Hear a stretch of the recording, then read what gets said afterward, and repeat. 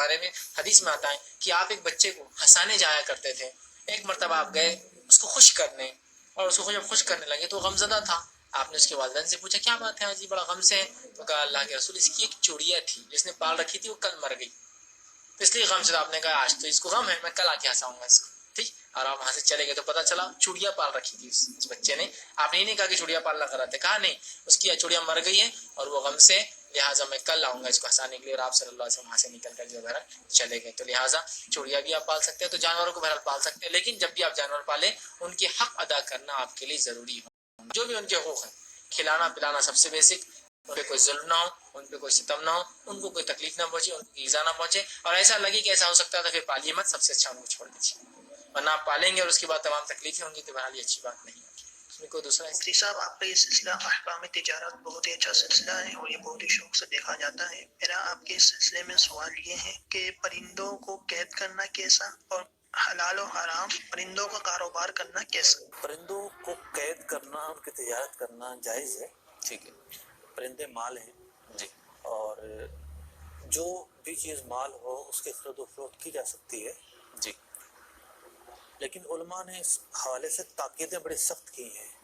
مطلب بطور تاکید کے یہاں تک کہا ہے کہ 70 مرتبہ ان کے دانے پانی کا خیال رکھا جائے روزانہ.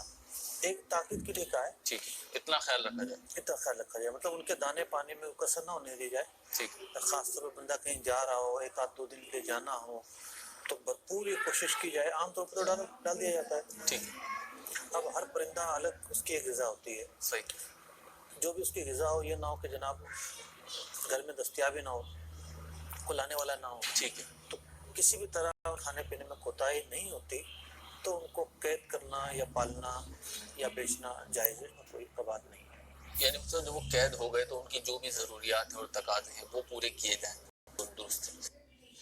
تو دیکھیں جانور کے سلسلے میں مسئلہ یہ ہے کہ بلی ہو چاہے دوسرے جانور ہوں, ان میں بنیادی اصول یہ ہوتا ہے کہ ایک تو ایسے جانور آپ گھر میں پال سکتے ہیں جو انسانوں سے مانوس ہوں, غیر مانوس جانور نہیں پال سکتے. جیسے آپ کے یہاں تو میں نے نہیں دیکھے, لیکن پاکستان میں سے کوا ہے مثال کے طور پر, اسے اگر آپ پنجرے میں بند کر دیں گے وہ کبھی نہیں اس میں رہ سکے گا, مر جائے گا, لیکن وہ قید کو پسند نہیں کرتا ہے.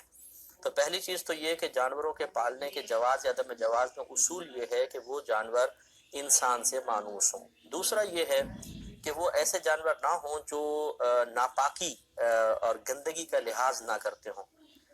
بعض بلیاں بہت اچھی ہوتی ہیں, ان کے لیے مخصوص وقت میں مخصوص مقام پہ جا کر مطلب فراغت کرتی ہیں, تو ایسے تو جانور پالنے میں کوئی مسئلہ نہیں ہے. لیکن اگر کوئی ایسا بلہ پال لیا, کوئی یہاں پیشاب کر رہا ہے, وہاں کر رہا ہے, ادھر کر رہا ہے, یا اسی طریقے سے جیسے کتا ہے کہ اس کی رال ناپاک ہے اور جہاں یہ رال گرائے گا وہ جگہ ناپاک ہو جائے گی, تو اگر اس طرح ناپاکی عام کرنے والا جانور ہوگا تو وہ پالنا منع ہے. لیکن اگر ناپاکی وہ ایک مخصوص مقام پہ مخصوص وقت میں کرتا ہے تو اس کو پال سکتے ہیں.